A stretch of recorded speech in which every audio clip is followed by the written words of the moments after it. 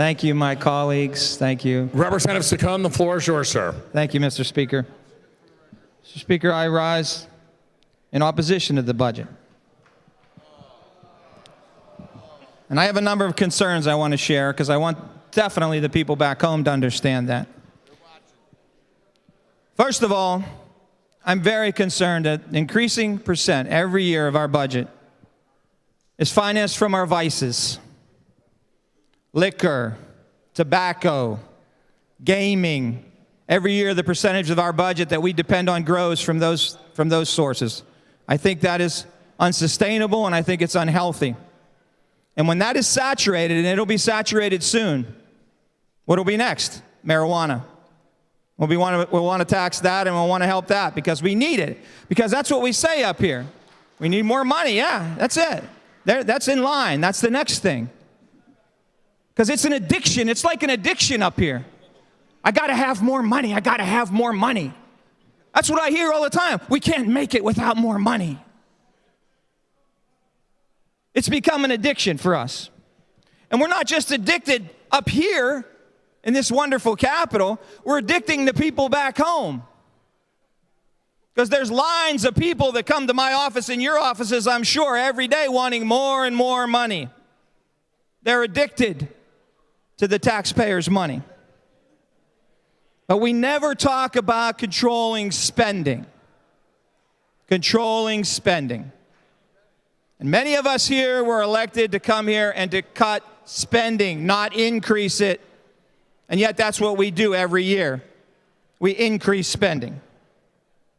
And why do we assume that we have to give more money to public unions every year under the guise of education?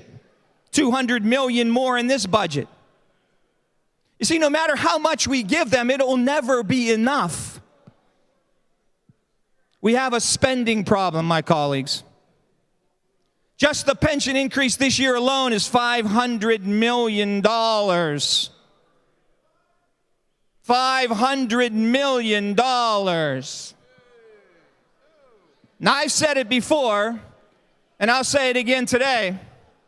We could shut down this beautiful Capitol. We could send home all the representatives and all the senators, and I wouldn't necessarily be opposed to that. We could send them all home for a year, and that wouldn't even cover half the pension increase this year. That wouldn't cover half the pension increase this year. That's how bad it is. Yet we don't want to talk about controlling spending. The answer in Harrisburg is just keep raising spending and raise taxes. Even the governor said, and the other side says, we don't spend enough. We got to spend more. It's outrageous to the taxpayers to increase spending in a down economy when the people paying those bills have actually lost income. It's outrageous to them. They know, they're listening, and they're watching you. Because they don't get a step increase. There's no jump step for the taxpayer. They're just called upon every year to give more. And enough is enough. This type of greed is just a form of covetousness. That's all it is. And what do the taxpayers get in return? Nothing. Just give more and more and more.